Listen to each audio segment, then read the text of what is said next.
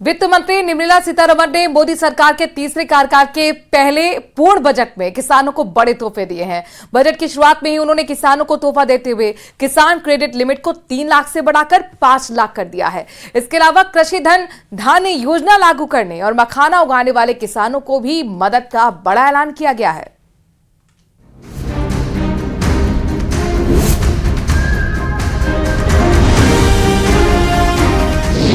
आम बजट में किसानों को सरकार का तोहफा। Our government will undertake a Prime Minister Dhan Dhanya Krishi Yojana in partnership with states. 5 lakh रुपए की गई किसान क्रेडिट कार्ड की limit. The loan limit under modified interest subvention scheme will be enhanced from 3 lakh rupees to 5 lakh rupees for loans taken through the KCC.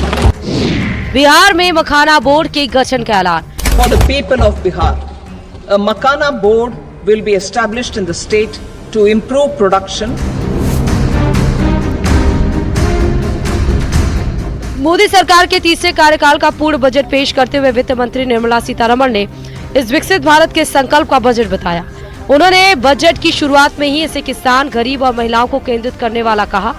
उसकी झलक budget में साफ दिखी। वित्त मंत्री निर्मला सीतारमण ने सबसे पहले किसानों को बड़ा तोहफा दिया। अब किसान क्रेडिट कार्ड की लिमिट को 3 लाख रुपए बढ़ाकर 5 लाख रुपए कर दिया गया है, जिसका सीधा फायदा किसानों को मिलेगा।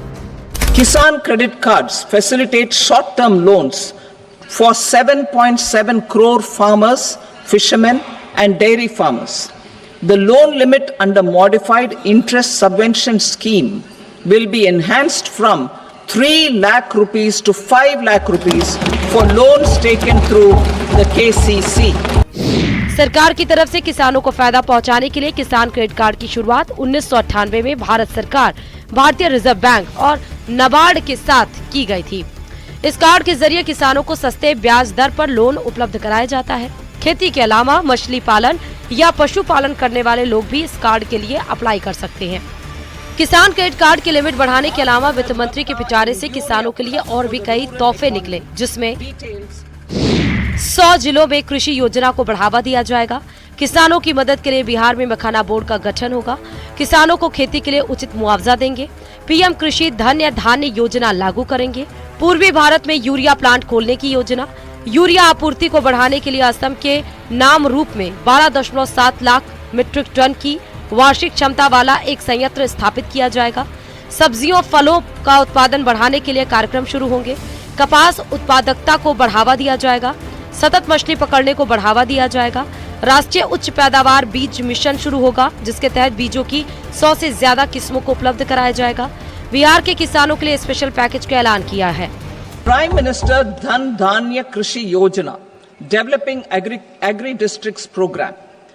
Motivated by the success of the aspirational district program, our government will undertake a Prime Minister Dhan Dhanya Krishi Yojana in partnership with states. The loan limit under modified interest subvention scheme will be enhanced from 3 lakh rupees to 5 lakh rupees for loans taken through the KCC.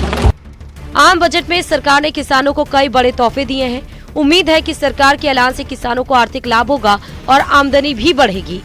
Bureau report, news 18 Rajasthan.